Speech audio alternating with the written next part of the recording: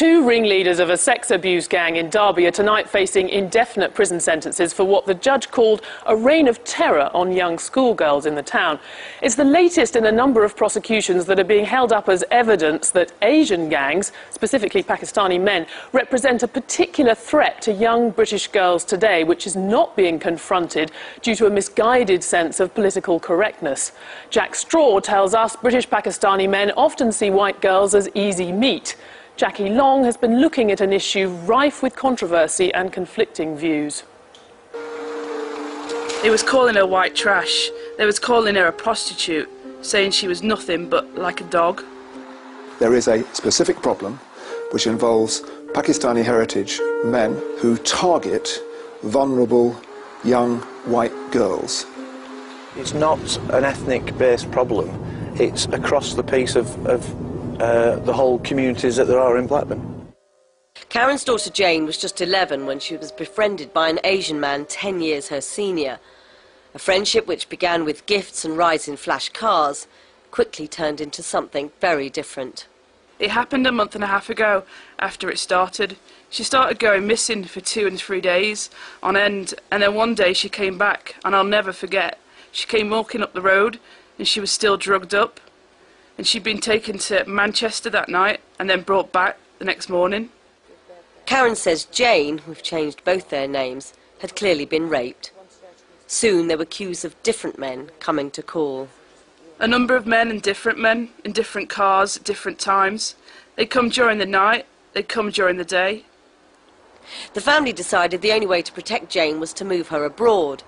But within weeks of coming back, the abuse started again. I got a video sent to my phone. 3 Asian men assaulting my daughter. They were calling her white trash. They were calling her a prostitute, saying she was nothing but like a dog. Hilary Wilmer is the chair of CROP, an organisation set up to help parents of sexually exploited children. We've been working over the last 7, 8, 9 years with over 400 families. And of those families, mostly in the northwest and the northeast and the Midlands, but not entirely so, 97% of those 400 families are white. And in terms of the perpetrators, those gangs are, in the vast majority, from Pakistani Asian origin. Others have recently pointed to a series of high-profile prosecutions of Muslim men as evidence. But there are no official statistics.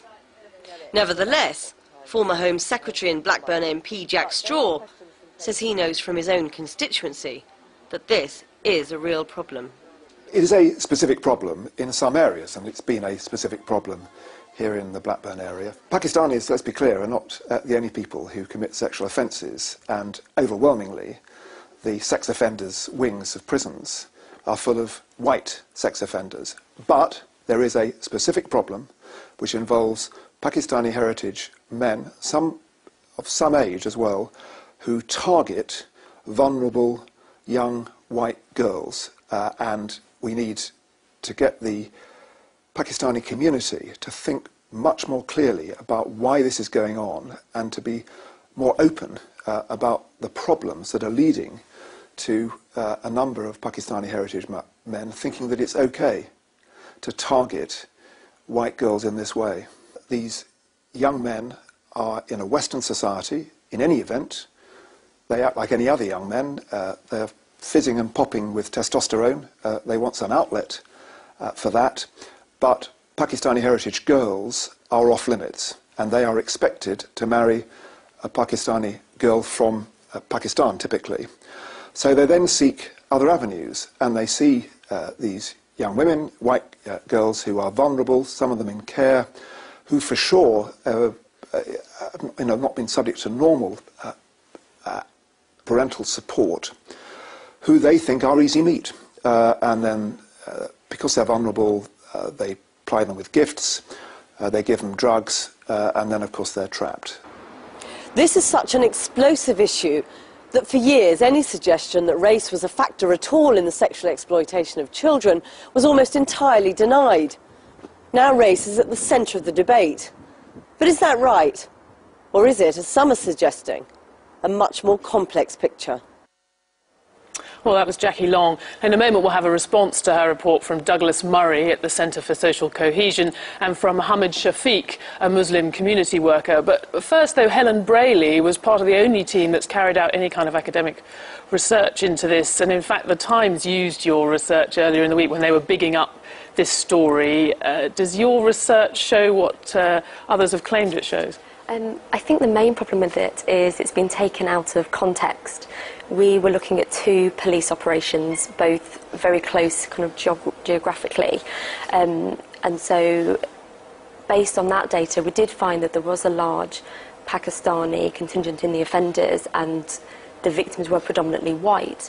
However, when you look at the census data and the demographic for that area, there were some Asian and black victims, and they were actually overrepresented when you look at the sheer percentages. But you talk about percentages, but we do know, even if it's a broader problem, that it's not just maybe in the Muslim community. It clearly is a problem in the Muslim community. I mean, you wouldn't deny that. We've seen this evidence in all these cases. Yeah, I think the problem, though, is when you jump in with thinking about race too quickly, you can miss a whole load of other things that are happening in other areas. So by racially stereotyping this early on without a national scoping project, so we don't know what the situation is in other areas around the country, that you might be leading to a self-fulfilling prophecy of if people are looking for Asian offenders, they will only find Asian offenders, and offenders of other ethnic groups might develop a sense of impunity to this. And that was a point, in a way, that came out in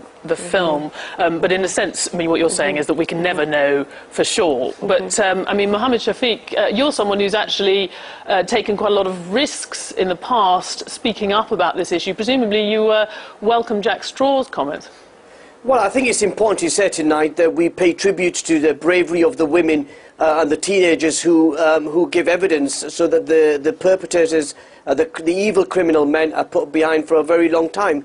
And I think that's very important. But the central issue is this, that it's a sad reality that there are young Pakistani men, 53 in total of which we know, who've been convicted, who've been going around this country, who've been grooming white teenagers under the age of 16 in a horrific way. And I think it is time for the communities of the United Kingdom to stand up against this. This is not a race issue.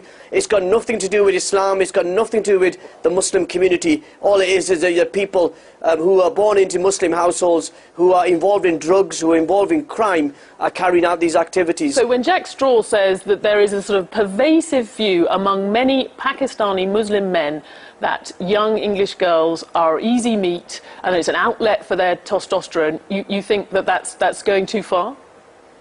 Well, I think Jack Straw was very narrow in what he was actually saying. He didn't go into detail of his argument, so I would be reluctant to. He's quite broad. He's saying that this is a view in that community. That's my point. He's far too broad. Well, but I think it's so not easy meat. They're not considered to be easy meat. Yeah, I mean, I think I've said that in you referred to the Times commentary piece that I also was involved in. What I tried to set out was there is a perception that some of these young men do not see white girls as equal, as valuable, of high moral standing as they see their own daughters and their own sisters. And I think that's wrong. It's a form of racism that's abhorrent in a civilized society. And that's why I've taken the initiative 2 years ago to speak out against this. Against, as you said, so personal risks to me and my family.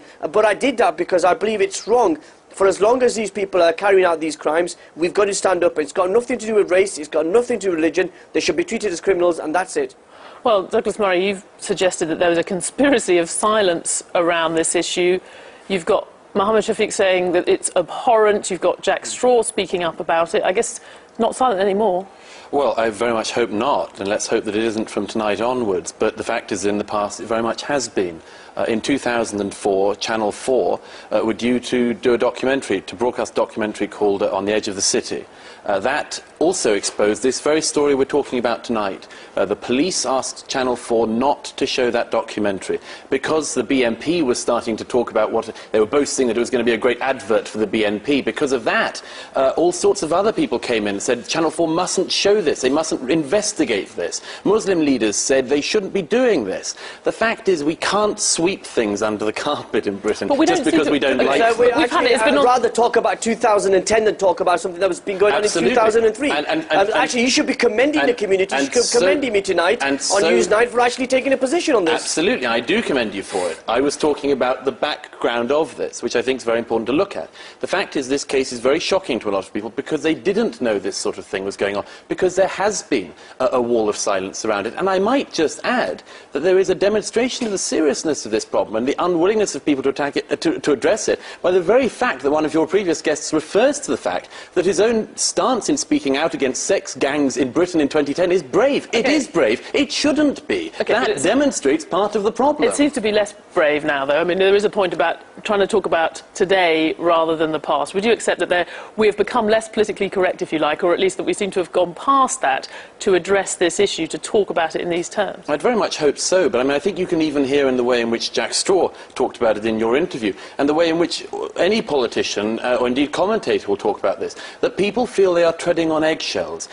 Modern Britain has all sorts of taboos, unspoken things that people don't want to get involved in case they're accused of all sorts of unpleasant things.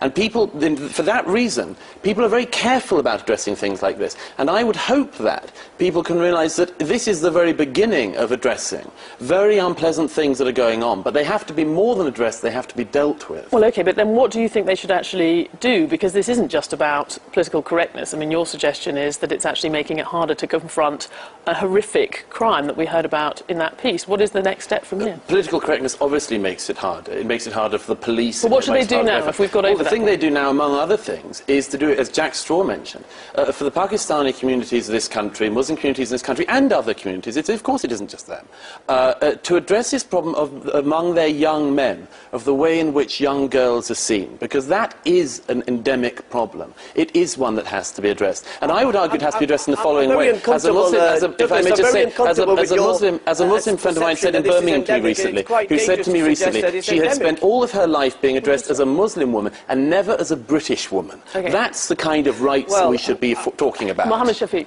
Well, you know what? I have to say, Douglas is showing his true colours once again, suggesting it's endemic. It's not endemic. The vast majority of British Muslims, the vast majority of British Pakistanis find what's going on abhorrent. They find it evil. Of course, and the people I speak to on a daily basis have said just that. I mean, you rightly said there needs to be honest and open debate. That's why I did a piece in the Times. That's why I welcome the national debate that we're having in this country. But I think we've got to be very careful in suggesting that something's endemic or is ingrained in these youngsters from early age. What's ingrained from early age is tolerance, respect, and these are basic values. And actually the criminals, and they should be treated like criminals, and not tarnished the whole community. You don't think, Mohammed Shafiq, that there is a cultural issue to be confronted where there's a double standard in the way that men in the Pakistani community, many men, think about white girls relative to other Pakistani girls or girls of Pakistani origin?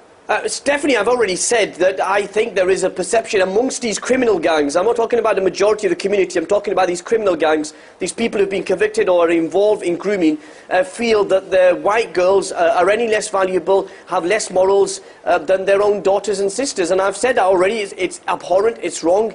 And we've got to do something about that. And that's why in the next few months I'll be going over to Holland to see what work they've done. They've successfully reduced their grooming amongst young Dutch girls and see what lessons we can learn. But I honestly believe that this debate was about opening up this issue, opening the taboo topics, and we're having that debate within our Muslim community and the Pakistani community. And I hope that as we move forward to deal with this issue in a structured way, but in a way that respects diversity, respects tolerance, and doesn't throw accusations like Douglas is throwing around that it's endemic. OK, I'm afraid we'll have to leave it there, but thank you very much. Diversity has limits. Thank you to all of you. Thank you.